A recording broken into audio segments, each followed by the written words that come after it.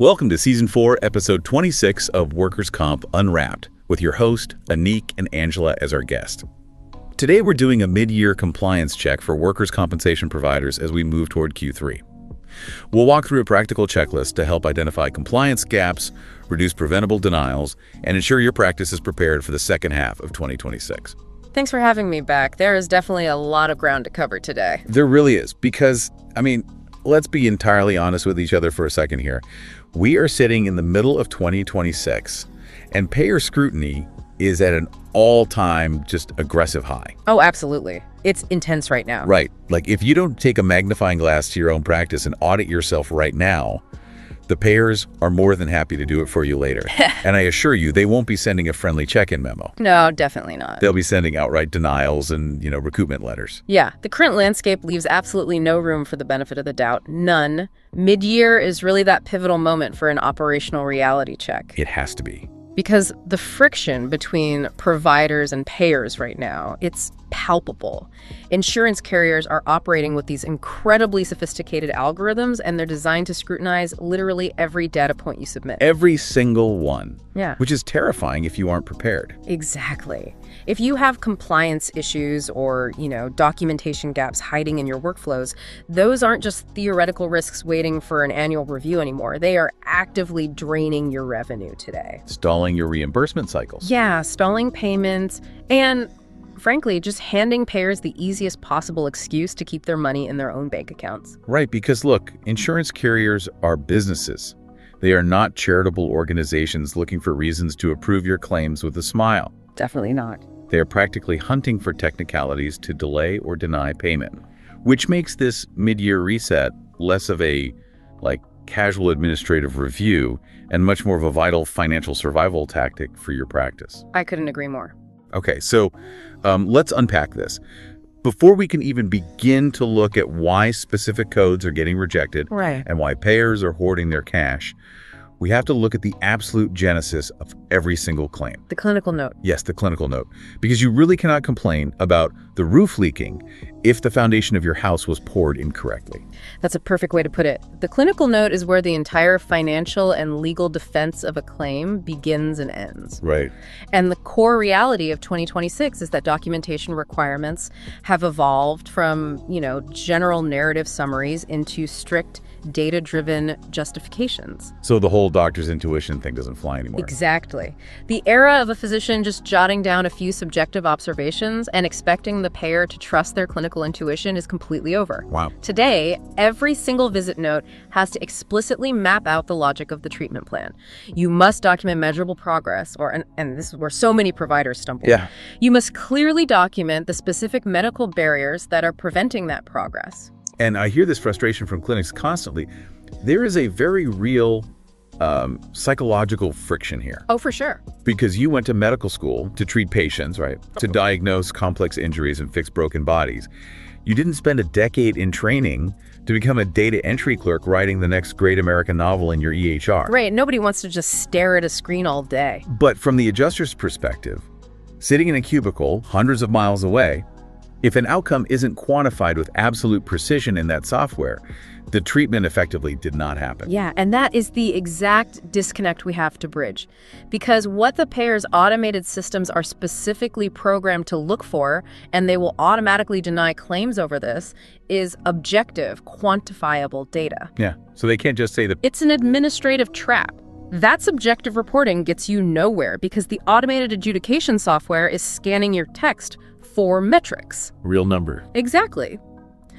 We are talking about specific degrees of range of motion improvements, highly detailed functional capacity limitations, and standardized, validated pain scales. They want the math. The software wants to see a mathematical delta between the last visit and today. Period. Which naturally leads to one of the most widespread and, frankly, dangerous administrative habits in modern medicine. Oh, I know where you're going with this. Yeah, the friction of having to type out all that objective data visit after visit leads directly to the abuse of the copy forward button in the EHR. It is an epidemic. It really is. Providers are busy, right? Yeah. They have a waiting room full of patients, so they just clone the note from last week, maybe tweak one sentence if they remember and sign on. It's just so risky. Here's where it gets really interesting, though. Using copy forward in your EHR without meticulously updating the patient's real-time physiological changes is like handing in the exact same book report to your English teacher 3 weeks in a row. I love that analogy. Right. Yeah. Sure, the title page is right, the font is the same, but the teacher knows you didn't actually read the next 3 chapters. They see you right through it. When you do that in a clinical setting, it completely obliterates the clinical narrative. What's fascinating here is how the payers are actually catching this, because they aren't just reading it manually anymore. They're using algorithms. Yeah, insurance carriers now utilize natural language processing. It's essentially highly advanced text matching software, very similar to the plagiarism checkers used in universities. Wait, really? They run the notes through a plagiarism checker? Basically, yes. When your note from visit 4 and your note from visit 8 are run through their system, the algorithm calculates a similarity index. If those 2 notes are, say, 95% identical, the system flags it instantly. The logic is simple. If the documentation shows absolutely nothing has changed physically or functionally with this patient in a month, why is the carrier continuing to pay for this specific intervention? That makes total sense from their perspective. Right. Medical necessity ceases to exist the moment the progress stalls on paper, and prevention is always cheaper than correction. And it feels entirely avoidable. But let's follow the chain reaction here, because that cloned static documentation doesn't just sit harmlessly on a local server. No, it goes out into the world. Right. It gets bundled up and sent out as a request for authorization, the RFA.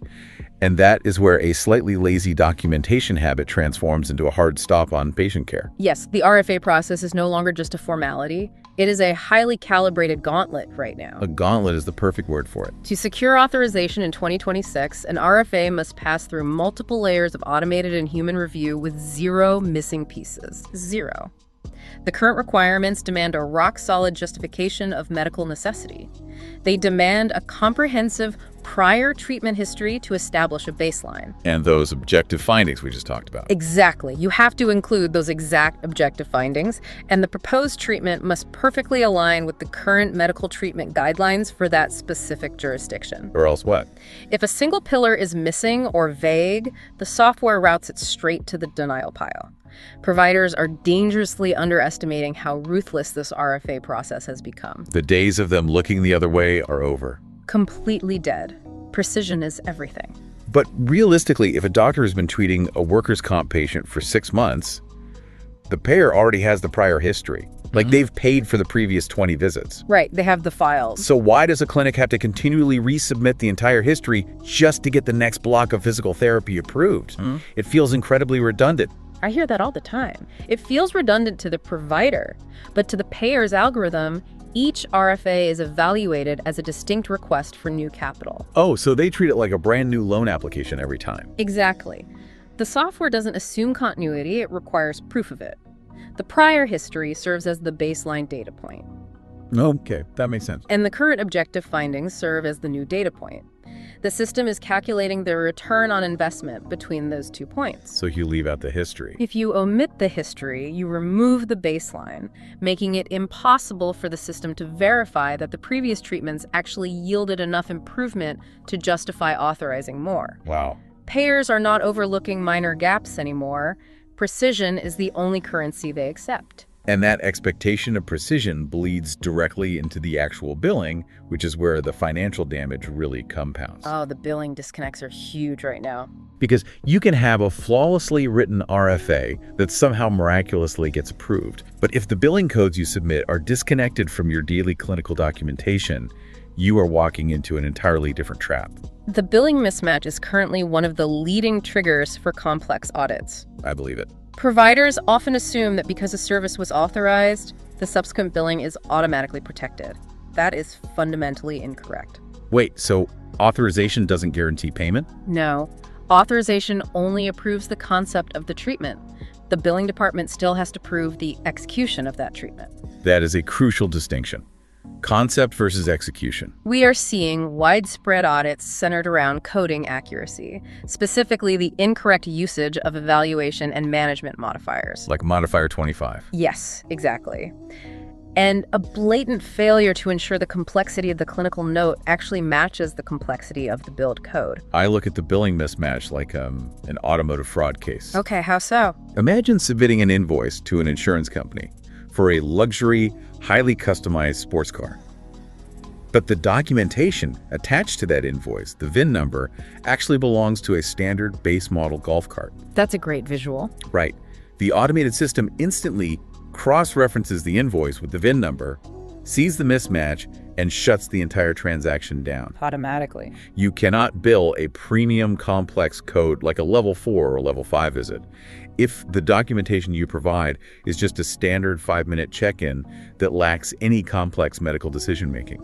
It's like charging someone for a 5-course steak dinner, but serving them a single saltine cracker. And it's the fastest way to invite an audit because the algorithms are specifically programmed to hunt for that exact discrepancy. They're actively looking for the saltine crackers. Exactly. Every billing code carries a specific relative value unit, or RVU, which correlates to the expected time, effort, and risk involved in that visit. If your practice consistently bills high RVU codes, but the timestamps in your EHR and the length of your clinical narratives reflect low-complexity visits, you immediately become a statistical outlier. And you mentioned modifier 25 earlier. How does that play in? Well, for instance, if you apply a modifier 25, which indicates a significant, separately identifiable evaluation performed on the same day as another procedure, the documentation must clearly separate that evaluation from the standard pre-procedure assessment. So they can't just blur the two together. No.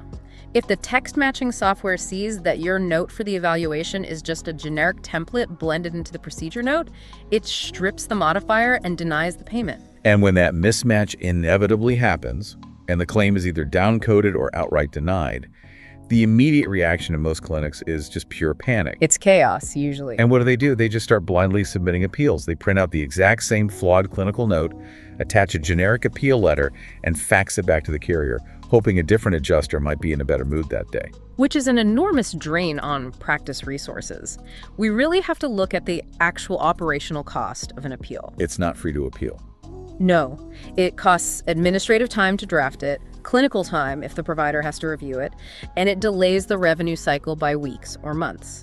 Just to get the same denial again. Exactly.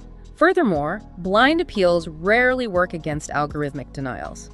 If you pull your mid-year data right now and see that missing objective findings or modifier 25 mismatches are causing a high volume of denials, that is not bad luck. It's a pattern. It is a systemic failure within your daily workflow. Stop appealing the same issues and fix the root cause. You have a pipe bursting in the basement, and instead of turning off the main water valve and fixing the plumbing, you were just running out to the hardware store to buy more buckets to catch the water. Yes. The systemic issue has to be isolated. Right. If the same authorization error is causing 50 denials a month, the solution is not to task your billing team with aggressively appealing 50 individual claims. That's just exhausting for everybody. The solution is to retrain the medical assistants who are failing to input the functional scales, or to restructure the EHR template so it forces the provider to document the medical decision-making before they can even close the chart. Hold on, though. We are talking about human error, but practices are spending thousands, sometimes tens of thousands of dollars on AI-driven revenue cycle management software. They are, yeah. This tech is actively marketed to catch these exact mismatches, flag missing documents, and scrub the claims before they ever go out the door. True. So what does this all mean? Are we just using technology as a crutch? If the computer doesn't flash a red light, do providers just turn their brains off? This raises an important question, actually, and it highlights a vulnerability that highly tech-dependent clinics completely underestimate. Which is? There is a profound difference between structural verification and semantic verification. Okay, structural versus semantic. Break that down for me. Technology is an excellent safety net for structural rules. It will tell you if a mandatory field is empty. It will tell you if the billing code requires a modifier that you forgot to attach. Right, and make sure all the boxes are checked. But current AI cannot fully evaluate clinical logic or semantic consistency. So it knows the box is checked, but it has no idea if the information inside the box actually makes sense for the patient's specific injury. Precisely the point. Tech is a safety net, not a substitute for actual clinical judgment. Give me an example of how that slips through. The software might verify that the provider filled out the 1 to 10 pain scale, so it issues a green check mark for completeness. Good to go. But the software doesn't realize that the provider documented a 9 out of 10 severe pain level, while in the very next paragraph under functional status, the provider wrote that the patient successfully completed a 2-mile jog that morning. Oh, wow. Yeah, that's a huge red flag. The software misses the clinical contradiction. But when that claim is audited, the carrier's human reviewer or their specialized clinical algorithm will spot that logical fallacy immediately and deny the claim based on questionable medical necessity. Because you don't jog 2 miles with a 9 out of 10 pain level? Exactly. Technology cannot replace the cognitive responsibility of the clinician to ensure the narrative is clinically sound. Furthermore, carriers are now using data to aggressively target which providers to audit, meaning you need airtight audit trails to prove why decisions were made. Knowing the mechanisms behind how these algorithms are catching us is great context, but let's shift gears into action. Let's do it. Let's talk about things to try right now. Knowing how the payers are operating is one thing, but let's get ruthlessly operational. If you were listening to this and realizing your practice might be leaking revenue, what do you literally need to do before the clock strikes Q3? The immediate priority, the very first thing to try on your 5-step operational checklist, is establishing documentation consistency across every provider in your organization. Consistency is key. You cannot survive an audit if Dr. Smith is writing pristine, objective, data-rich notes, while Dr. Jones down the hall is dictating 2 vague sentences like he's still practicing in 1995. We all know a Dr. Jones. Right. You have to implement a unified standard. Pick 5 random charts from every provider this week and compare them. Do they all clearly state the barriers to improvement? Do they all use the same functional scales? If not, you have internal variances that payers will exploit. Okay, so get everybody on the exact same page. And the next actionable item, number 2, is auditing your outgoing mail, essentially, reviewing your RFA completeness rates. Yes. Before you let the payer's software grade your requests for authorization, you need to build your own pre-flight checklist. Like an airline pilot. Exactly. Don't wait for the denial to tell you what's missing. Dedicate someone on your administrative team to randomly sample 10 RFAs before they are submitted each week. Just to double check them. Are the prior treatment histories attached? Are the current objective findings explicitly stated?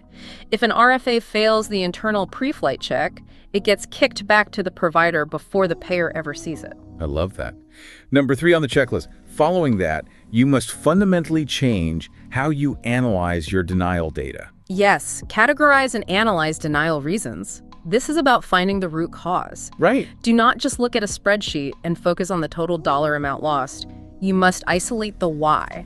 Is the highest volume of denials coming from a lack of medical necessity justification, or is it a specific coding mismatch? Because once you identify the pattern, you can deploy a targeted fix rather than just shouting at the billing department to work harder on appeals. Exactly. Which leads right into the 4th item on the reset agenda. Conduct your own internal billing and coding accuracy audits. The menu versus meal audit. Yes. You have to actively look for the VIN number mismatches we talked about earlier. How do you practically do that? Pull a report of your most frequently billed high-level codes. Then pull the clinical notes associated with them. Read them objectively. Okay. If a stranger read that note, would they agree that the visit required high-complexity medical decision-making? Check your modifier usage, particularly how often you use modifier 25. And if it doesn't match? If the documentation doesn't robustly support the code, you need to downcode your own claims before the carrier does it for you and flags you as an audit target. Ouch, but necessary.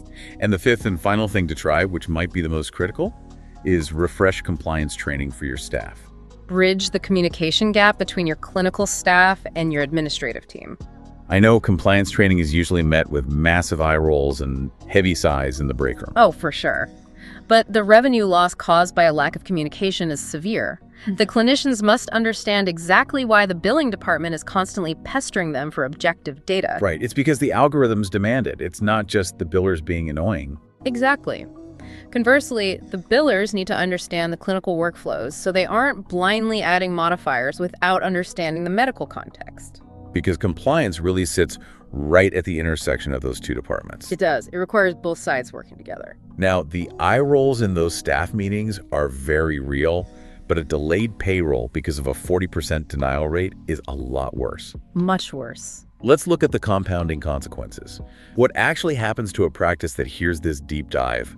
Acknowledges they have a few copy-forward habits or RFA gaps, but decides they are simply too busy treating patients to do a mid-year operational review. The trajectory for a practice that ignores these systemic issues is mathematically predictable. If you don't reset now, expect higher denial rates, slower payments, and massive audit exposure. Because the algorithms learn. Yes, the payer algorithms are continuous learning models. If you keep submitting the same flawed RFAs or mismatched billing codes, your individual practice profile will trigger higher and higher automatic denial rates, which instantly chokes your cash flow. You are spending more money on administrative appeals while simultaneously bringing in less revenue. Ultimately, this repetitive behavior flags you for a comprehensive historical audit in Q3 or Q4. Problems in workers' comp don't just linger, they compound. Exactly.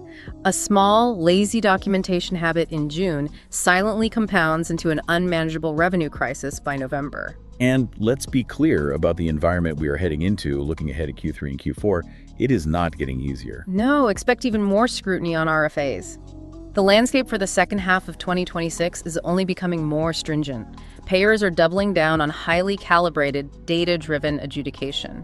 They are actively using their vast data sets to benchmark your practice against your peers just to find your vulnerabilities. The scrutiny on the actual verifiable quality of the clinical narrative is going to intensify. The margin for administrative error is rapidly shrinking towards zero. It's intimidating, but it's the reality. Transitioning from a reactive stance, where your team is just frantically putting out denial fires every morning, to a proactive, internally audited compliance strategy is literally the only way to build a sustainable fortress around your revenue.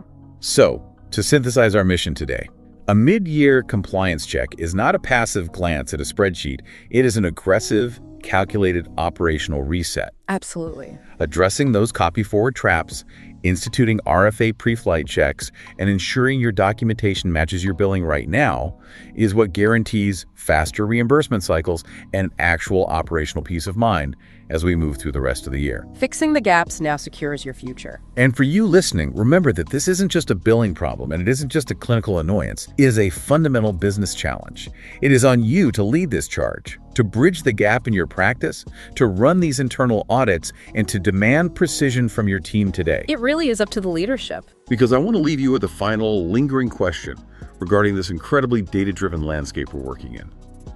If the insurance carriers are ruthlessly utilizing big data, predictive algorithms, and historical analysis to target your claims and hunt for your weakest links, are you actively mining your own data to defend your practice, or are you just sitting back, hoping for the best and waiting for the audit letter to arrive? Thanks for listening to Workers Comp Unwrapped. If you found value in today's episode, subscribe and share with fellow doctors. Stay informed and keep making a difference in your patients' care.